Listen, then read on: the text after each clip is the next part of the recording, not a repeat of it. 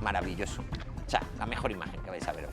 Vacas en helicóptero. El chute de estrés y cortisol que tiene que tener la vaca en el Esa vaca tiene que decir, no, o sea, no me creo la vida. ¿Qué está pasando? También te digo, esa vaca ya ha viajado más en helicóptero que yo, así que... Sí, o sea, realmente esa vaca puede ir contigo en un vuelo transoceánico y tranquilizarte. Y te va a poner, no te preocupes, todo va bien. No te preocupes. Por lo menos vas dentro del avión, a mí me llevan fuera. Bueno, voy a buscar uno de esos enlaces entre un tema y otro así un poco chuchurríos. Venga, va. ¿Dónde estabais tal día como hoy en 1997? En 1997 tenía... Hacer flashbacks 13. inmediatamente. Saltándome el muro del colegio para escaparme. Y no hubo nadie en casa que te dijo, ¿cómo es que no te has enterado de la noticia? Vamos, yo tengo el caso de un amigo que estaba estudiando para un examen en torno a esta noticia y cuando se la contó a su madre por la mañana le dijo, ¿y cómo no me has despertado? Eran las 3:30 de la mañana cuando nos enterábamos de que tal día como hoy fallecía Diana de Gales. Vamos a hablar unos minutos con Miguel Ángel Sacalúa, que era corresponsal de esta casa en la capital francesa, para que nos cuente cómo se vivió todo ese suceso.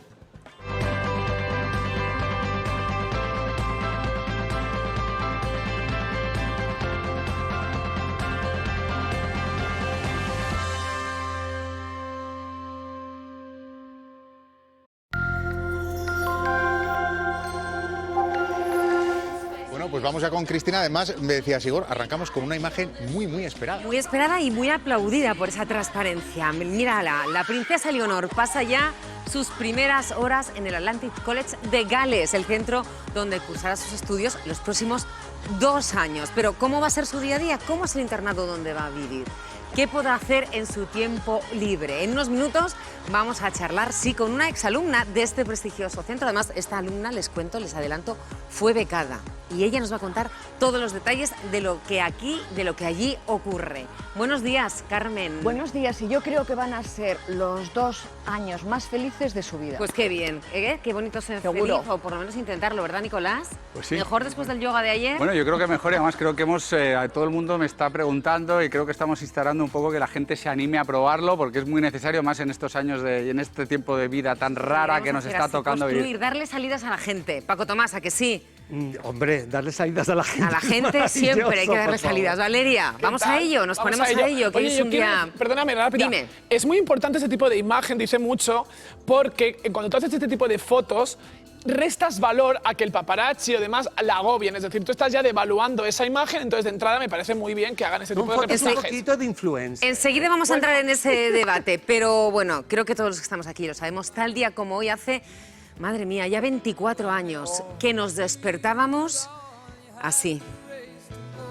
Poco después de la medianoche de ayer, el Mercedes 600 en el que viajaban la princesa Diana y su pareja Dodi Al-Fayed se estrellaba contra un pilar de un túnel en el centro de París. El chofer del coche y Dodi Al-Fayed murieron en el acto. Los médicos han intentado reanimar a la princesa de Gales tanto en el lugar del suceso como en el hospital, pero ha sido inútil y ha muerto a las 4 de la madrugada.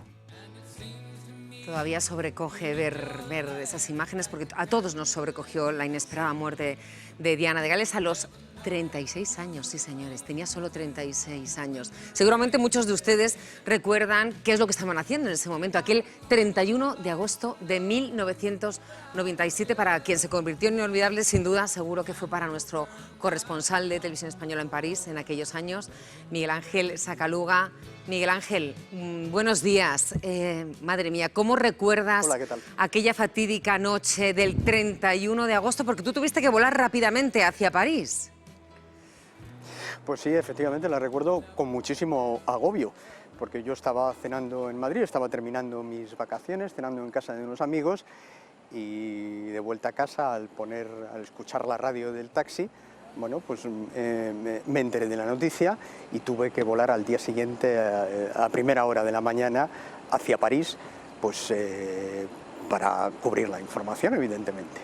¿Qué te encuentras cuando llegas allí? Porque las noticias en los primeros momentos, bueno, a día de hoy todavía sigue habiendo especulaciones. ¿Qué te cuentan los compañeros periodistas? Desde el primer momento la persecución se da como causa del accidente. ¿Cuál es la información o las informaciones? Bueno, en primer lugar lo que encuentro es a una ciudad, a un país, a una ciudad especialmente París, en shock. Estaban en shock las autoridades políticas que se encontraban con lo que podía ser un magnicidio y que evidentemente desplegaron toda su capacidad. Con las autoridades judiciales estaba en juego la credibilidad de Francia. Y estaban en shock las autoridades policiales, porque en un primer lugar pues se especuló con todo tipo de razones que podían estar detrás de ese atentado. Me encontré también con una sociedad, la francesa, precisamente el paradigma del republicanismo, conmocionada, queriendo transmitir a la familia real y en concreto a la princesa, al recuerdo, a la imagen de la princesa de Gales, todo su cariño. Recuerdo especialmente que uno de los temas que nos obligaban la información es acudir cada día a la Plaza d'Alma, justo está por encima del túnel donde se produjo el accidente, donde los ciudadanos franceses, también de otras nacionalidades, pero especialmente franceses, iban a depositar allí recuerdos, escritos, poesías de cariño, justamente en un monumento que es una reproducción de la Estatua de la Libertad, de la antorcha de la Estatua de la Libertad que Estados Unidos había regalado a Francia. Recordemos que la Estatua de la Libertad en un origen es un regalo de los revolucionarios franceses a Estados Unidos después de conseguir la independencia precisamente de Reino Unido. Y estaban en shock todos los periodistas, todos los medios. Era el final del verano, había que movilizarse para cubrir la información desde todo tipo de ángulos. Estaba la prensa seria, por decirlo de alguna manera, porque esto era un tema importante, afectaba nada más y nada menos que a un miembro de la familia real británica, en un momento en el que las relaciones dentro de la familia real británica entre la reina y la propia princesa Diana no eran lo más normal, sino que se produjeron tensiones, afectaba también a la imagen del acompañante de la princesa Diana, porque no olvidemos que era el heredero de un imperio, de un gran empresario que era egipcio de origen, pero que actuaba en Reino Unido, propietario, entre otras cosas, pues, de los almacenes Harrods. Sí, es como cuando daba la sensación, Miguel Ángel, de que enseguida las teorías conspiranoicas se hacían paso entre la información que se acababa de producir, o sea, enseguida ya empezaron todo el tipo de conspiraciones. Yo te quería preguntar en concreto por la llegada del príncipe Carlos, porque él en ese momento llega para llevarse el cadáver de su esposa. ¿Y cómo vivisteis esa circunstancia también? Porque eso fue todo muy sobrevenido.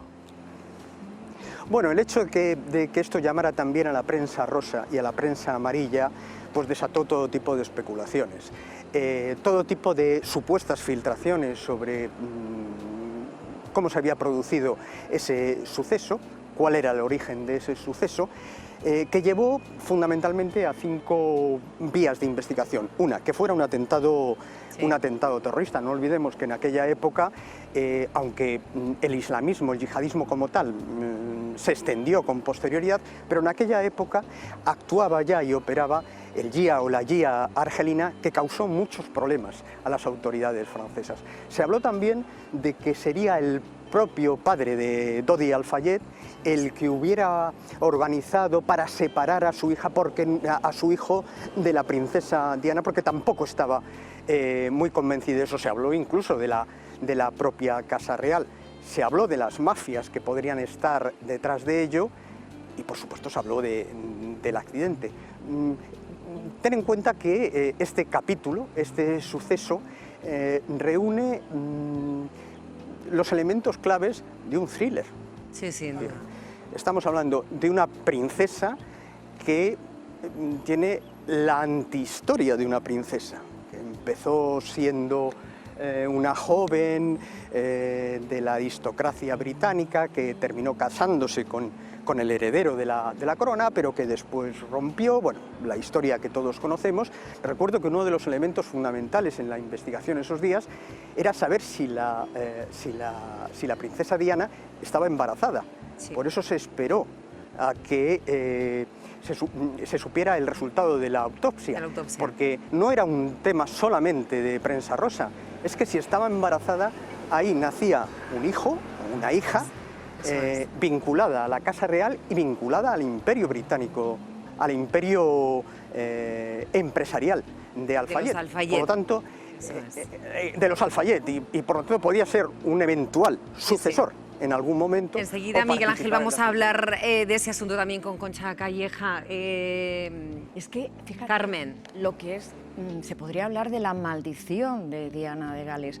La última entrevista que ella da, estando todavía casada con el príncipe de Gales, ya se hablaba de divorcio, de malestar, se hablaba de todo. La última entrevista, ella habla que 3 son una multitud en su matrimonio.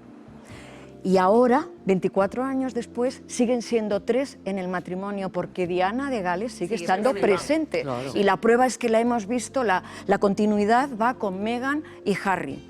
Y todos los símbolos que ellos siguen copiando, porque podemos ver en imágenes. No, y Kate Middleton también, el zafiro, la forma de vestir, la forma de salir de los sitios, cómo cogen a los niños, la forma del trato. Que presentan al bebé, la indumentaria que lleva. Casi igual. O sea que Diana sigue presente. Yo creo que de esas 5 supuestas conspiraciones que comentaba Miguel Ángel, yo creo que la que gana por delante y la gente más apuesta es la de la Casa Real Británica, sin haber visto The Crown incluso, ¿no? Es decir, que ya si la gente lo ve, porque, bueno, pues obviamente el ataque terrorista lo descartas, yo no veo o sea, esto es muy subjetivo, no veo al padre de Al-Fayed capaz de hacer esto, pero sabiendo lo tremenda que puede ser la Casa Real Británica y la antipatía que tenían por esta antiprincesa, o sea, creo que la teoría más... Espérate un segundo, Paco, porque quiero dar paso, les estaba hablando de las conspiraciones, de las teorías conspiratorias que nada más producirse el fallecimiento de Lady Di se producen. Hay una persona que ha escrito mucho, que además ha levantado mucho polémica lo que ha escrito, porque bueno, se hablaba, pues como nos decía Miguel Ángel, de que incluso Lady Di podría estar embarazada cuando fallece, de por qué se la embalsama de forma tan prematura. Concha Calleja creo que es una de las periodistas que más, no solo ha escrito, sino que sigue investigando sobre Lady Di. Buenos días, Concha. Tal día como hoy, ¿qué dudas tiene una periodista que ha investigado y sabe tanto de este asunto? Hola, buenos días. Te preguntaba que a día de hoy, cuando se cumplen 24 años dudas del vamos a tener siempre, porque, a ver, siempre es una historia que siempre va a arrojar muchas más preguntas que respuestas. Lo que ocurre es que ya son...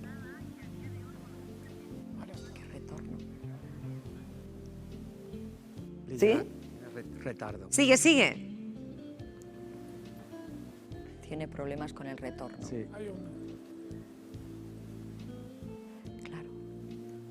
Continúa, Concha, te estamos escuchando. ¿Me escucháis? Sí.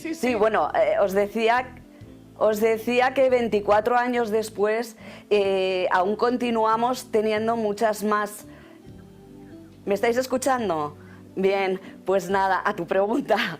Lo que quería decir es que seguimos teniendo y vamos a tener toda la vida. Creo yo que vamos a tener preguntas por responder. Lo que pasa es que en 24 años de investigación son muchas las que ya podemos resolver. Por ejemplo, cuando hablamos de conspiración, es que a veces las conspiraciones no llevan el teoría adelante. Y yo creo que en este caso es uno de los casos, quizás singular, ¿no?, en los que podemos hablar que sí que hubo una conspiración. O sea, ¿Diana murió de un accidente? Sí, murió de un accidente, pero un accidente intencionado.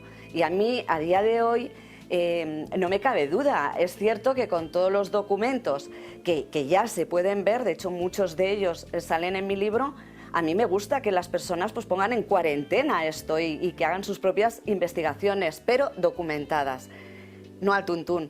Porque es obvio que en el tema de Diana, que fallen las cámaras en un recorrido que justo se hace en el último momento, que fallen todas las cámaras del recorrido, no de París, que la ambulancia que llegue de un hospital que está a 1 kilómetro, pero sin embargo no la devuelven al mismo hospital. Pasan por 3 hospitales y tardan 45 minutos en recorrer apenas unos pocos de kilómetros. Yo hablé con todos los hospitales, y todos los hospitales podían haber recibido un accidentado del tipo de Diana porque todos estaban preparados, o sea, no eran hospitales secundarios. Y podemos seguir así ese Fiat Uno, el Fiat Uno que está involucrado directamente con el accidente en el Puente del Alma. Tardan 10 años en las investigaciones, 10 años en reconocer que existió.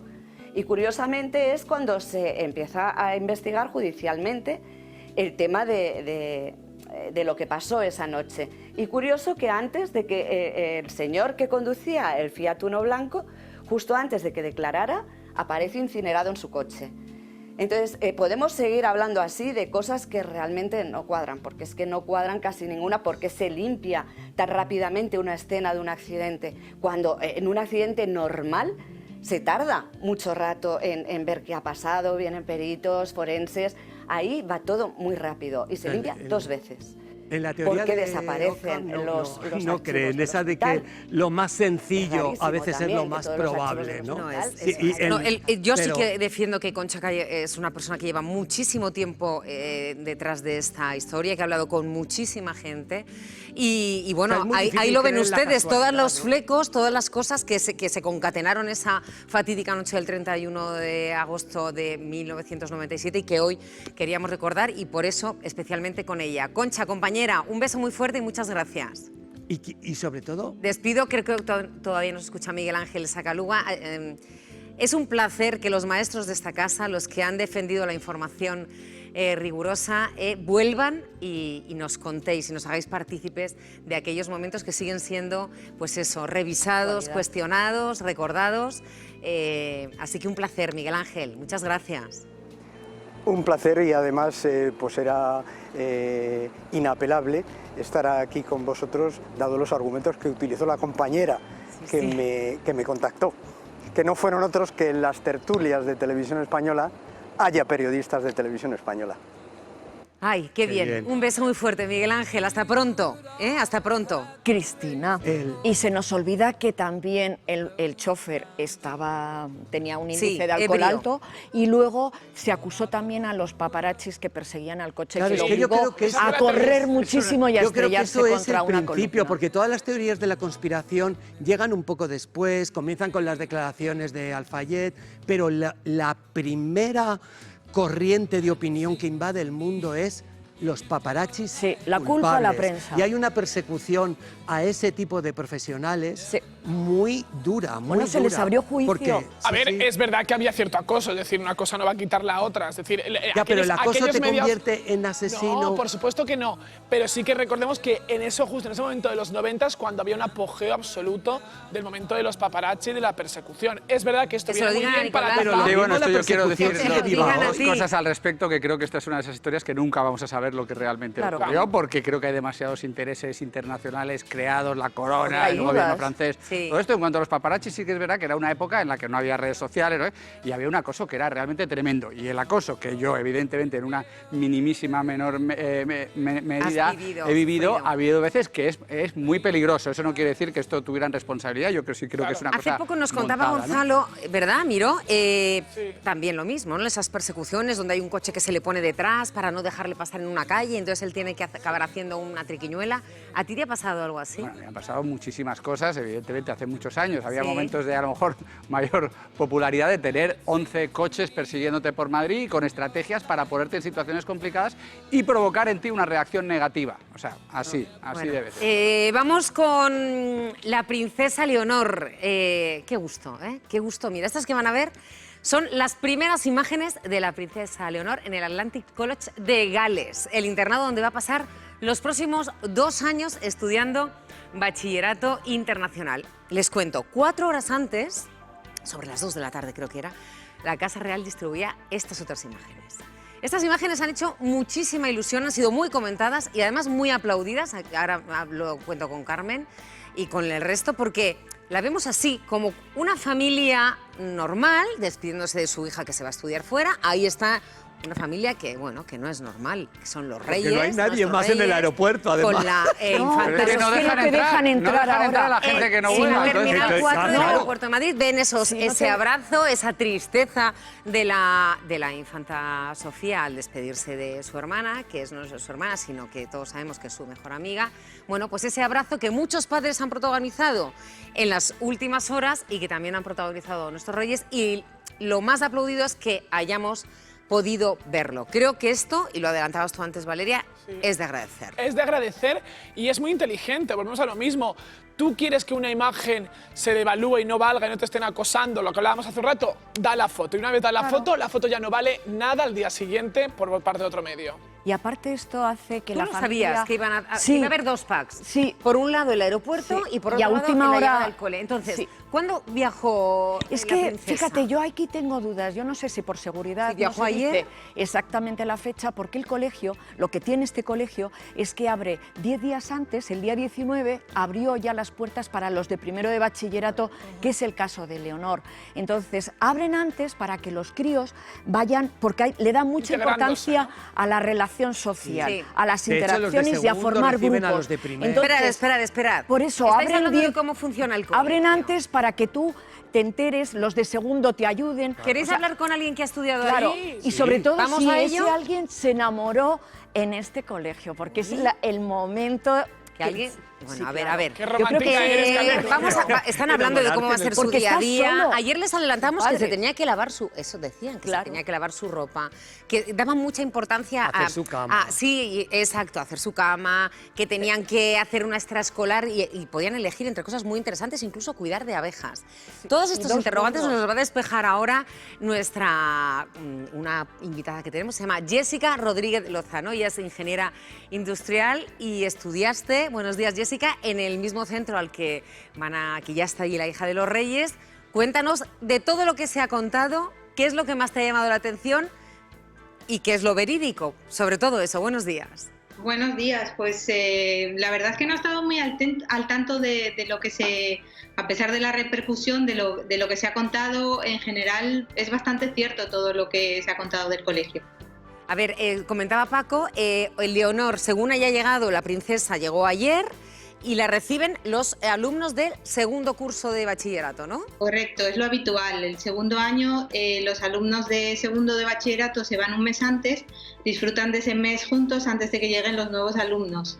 Son recibidos por las personas que están allí realizando el segundo año, sí. Inmediatamente después uno pasa, no sé si empieza ya, le dicen dónde va a dormir, con quién es su compañero de habitación, o te enseñan el colegio. Sí, normalmente te recibe alguien que suele estar en la misma casa de estudiantes que tú. Habitualmente suele ser a lo mejor de tu misma nacionalidad, o en el caso de los estudiantes españoles nos recibían los otros alumnos latinoamericanos, compartíamos idioma y ya te enseñan un poco todos los servicios del colegio. Y empieza la semana de introducción donde te explican un poco todas las posibilidades que tienes, tanto académicas como de servicios a la comunidad, de actividades extraescolares. Una de las cosas en las que se ha hecho hincapié es que es un colegio donde lo elitista es la educación, pero que allí hay gente de todo tipo de condiciones. De hecho, en tu caso, Jessica, tú ibas becada.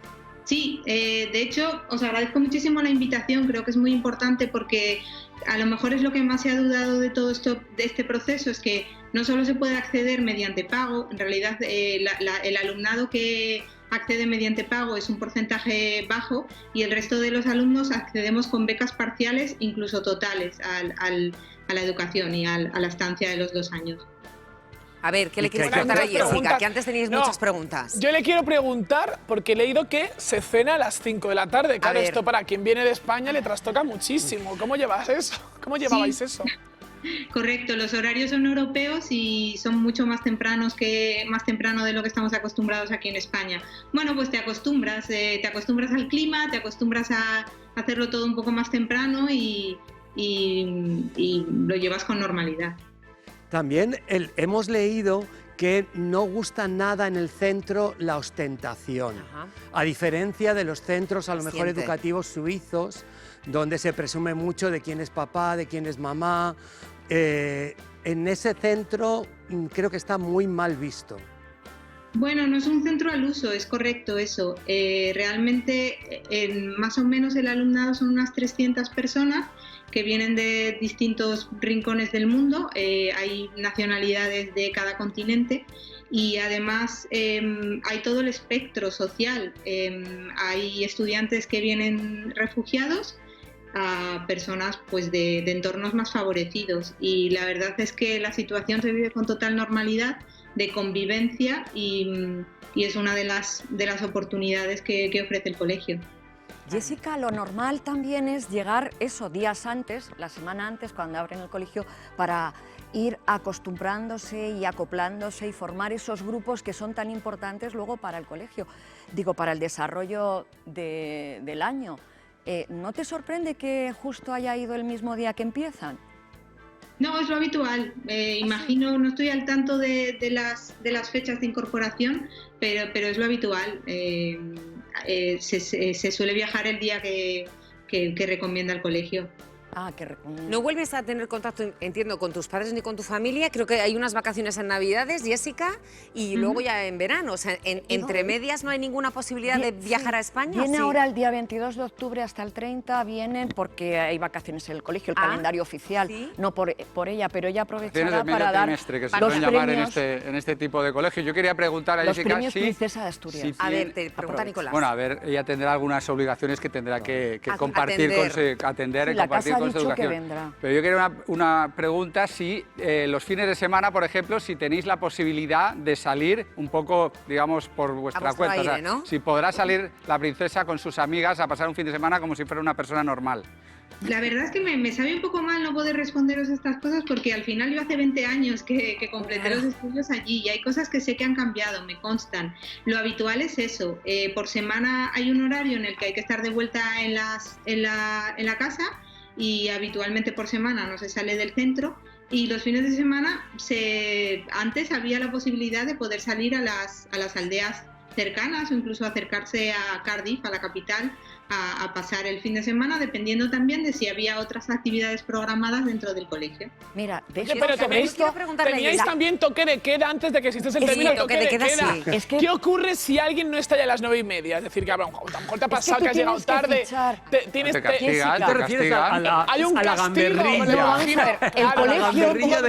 El colegio tiene una web donde te explica perfectamente cómo se organizan dentro. Y ellos Leonor tendrá que dar explicaciones a una especie como de padre, entre comillas, que se llama un house parent. Que ha estado allí, que tú no has estado allí. No, pero ya hace 20. A ver, Jessica, que han cambiado. El protagonismo. Jessica, llegaste tarde algún día. Lo que veo.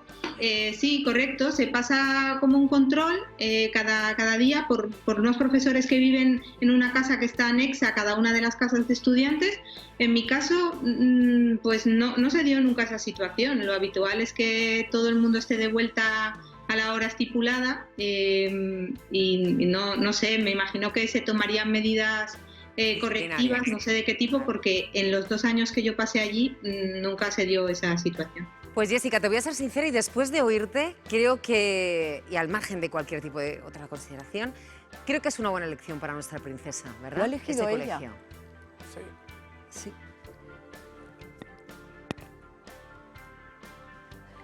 ¿Me estás escuchando? Digo que, sí, que es una buena elección, que creo que los reyes han elegido bien para nuestra heredera, ¿no?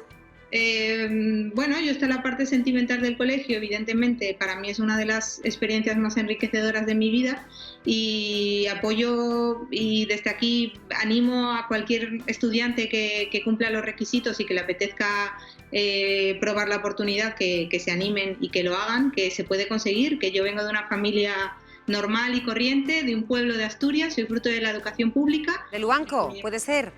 Sí. ¿Y llevabas cosas de allí, faves o algo a que lo probaran los compañeros o no? Cuando ibas a casa y volvías con una vuelta de morcilla o algo, ¿o no? Bueno, volvíamos ¿con casadielles o con qué? Con jamón, sobre todo. Con jamón, bueno. ¿Sabes? El jamón es de las cosas que más te Jessica, un beso muy fuerte, felicidades, porque, bueno, haber sido becada, poder haber disfrutado de esa educación elitista en el sentido de tener los mejores profesores, hace que además creo que hayas sido muchas veces premiada en tu carrera profesional como ingeniera y es un lujo tenerte aquí en La Hora de la 1. Un beso muy fuerte. Gracias por la invitación. Cristina, que tú decías lo de la comida que se llevan.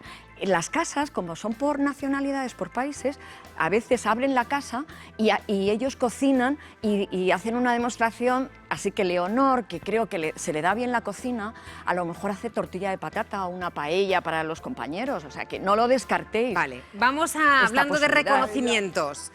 El pasado sábado se cumplía, lo hablábamos aquí, además esta casa le ha dedicado una programación especial, el centenario del nacimiento de Fernando, del gran Fernando Fernán Gómez. Con motivo de esta fecha le ha sido entregado al hijo del actor la Gran Cruz de la Orden Civil de Alfonso X el Sabio, que le fue concedida, fíjense, en 2007.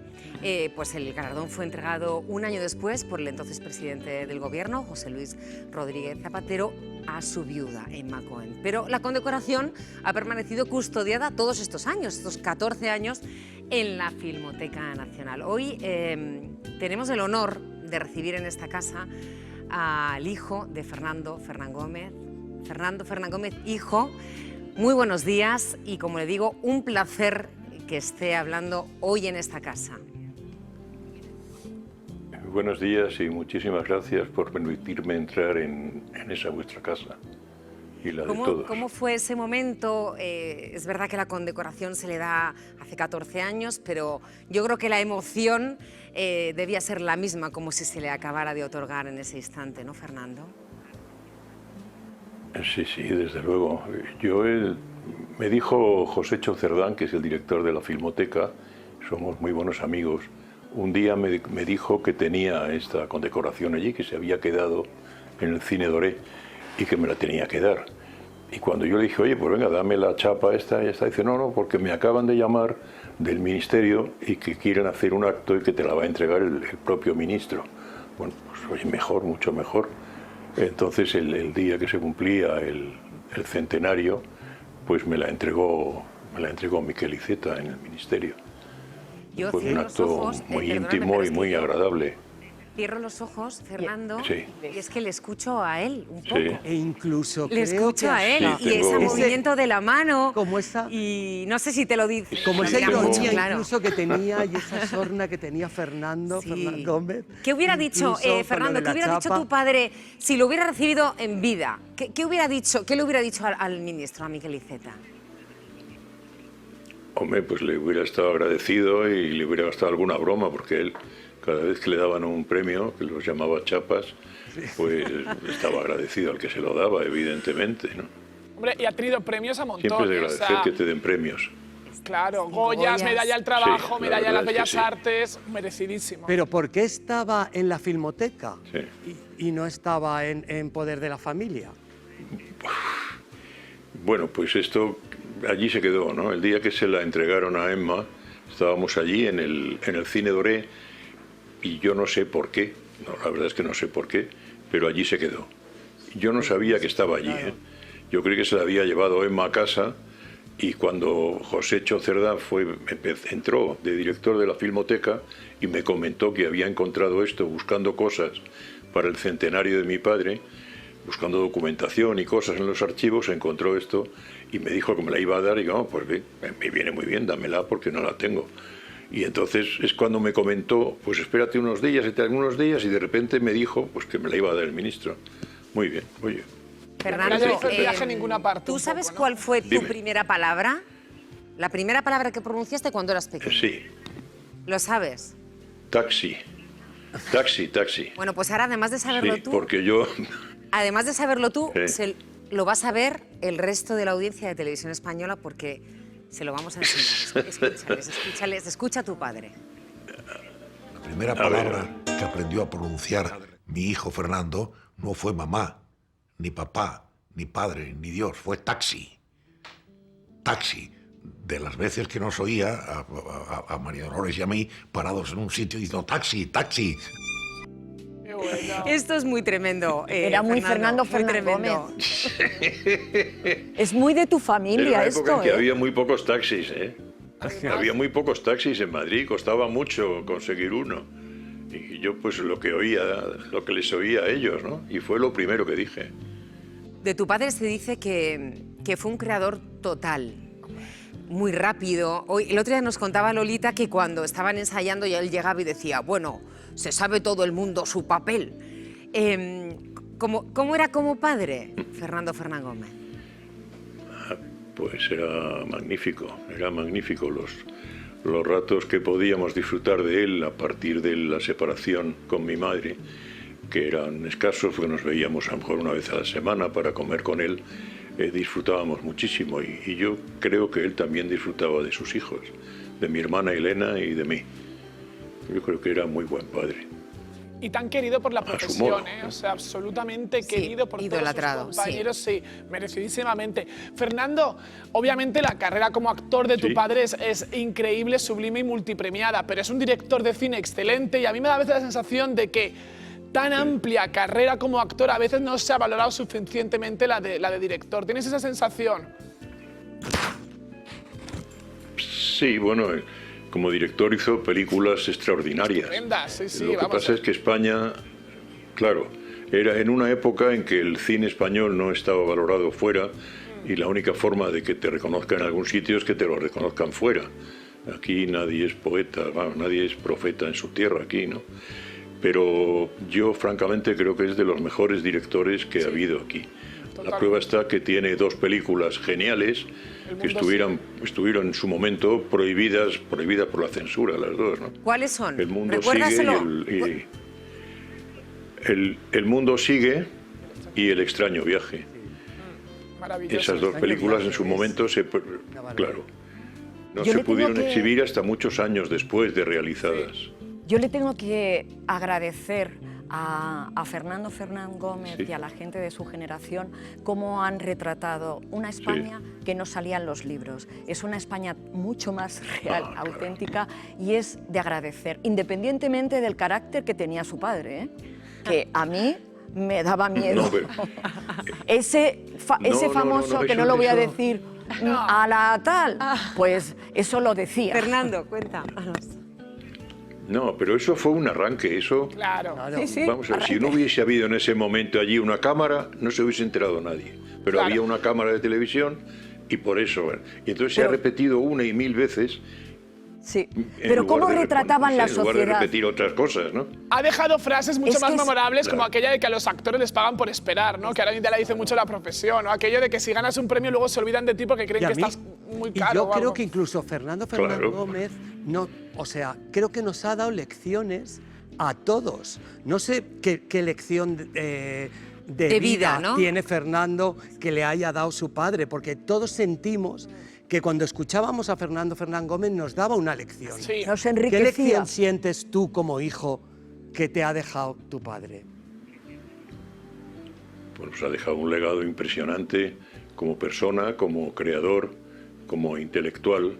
Y él siempre dijo que era el vago que más trabajaba en España.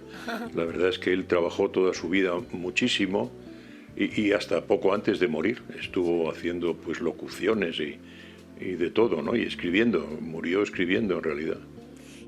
Tu padre dijo, me arrepiento de no haberle dicho a la gente que la quería lo mucho que la quería.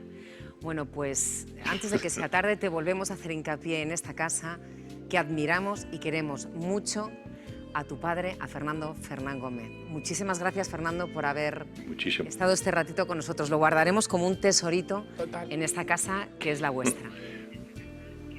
Muchísimas gracias a todos vosotros y a Televisión Española en general.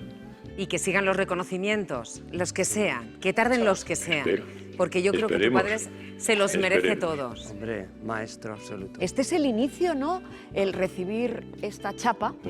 Creo ¿Dónde está la chapa, por cierto? De los actos. ¿Dónde está? ¿Dónde está? ¿Dónde está en la casa? Hombre, la chapa la tengo aquí. A que la veamos, que veamos la chapa. No sé si la hayamos y luego llegado va a haber que no me dejan... actos para el centenario. Lo vamos a estar conmemorando desde ahora. La chapa está aquí. A ver la chapa. Ahí se ve la chapa. Ahí se ve perfectamente la chapa. Pues un aplauso para esa chapa y para Fernando Fernán Gómez y para su hijo Fernando. Pero es una super chapa, lo dicho, muy regia. Un inmenso placer. Muchísimas gracias. Es una super chapa. Hombre, es una super chapa. Una super Eso es un chapa. chapón. Venga, chicos, que nos tenemos que despedir. Lo dicho, Fernando, un beso inmenso. Igor. Gracias, Cristina. De hecho, mira, tenemos que terminar además con la noticia que avanzábamos al empezar el programa. Es un incendio en una residencia de mayores de Loja, Granada, que ha dejado víctimas mortales. Maitane. Un hombre de 60 años ha fallecido después de lanzarse por la ventana del dormitorio de su residencia cuando ahí precisamente se inició un fuego. Esto ocurrió a las 10:15 de la noche. Tenemos que confirmar esta víctima mortal, pero también 2 personas heridas, 2 trabajadores de esta residencia a los que también tuvieron que trasladar hasta el hospital de Loja por inhalación de humo. El resto de compañeros de ese residente, de esa tercera planta, ya están reubicados en otra zona de este edificio, de esta residencia, y a estas horas, compañeros, también se está investigando cuál fue exactamente el origen de este incendio. Pues no dejamos Granada porque la Guardia Civil ha detenido además a 2 hombres, en este caso acusados de violar a una mujer. Sandra, además parece que la víctima sí que conocía a los agresores. Sí, de hecho compartía casa y trabajo con ellos. Los 2 detenidos están acusados de violación y de retener a esta mujer durante 24 horas. La víctima logró escaparse de sus agresores y con la ayuda de otras mujeres acudió a la Guardia Civil. Gracias a esto pudieron finalmente detenerlos. Pues así terminamos. Volvemos como siempre mañana a las 10 de la mañana. Tiempo ya para los días de verano con Inés Paz. Inés, buenos días. Gracias, Igor.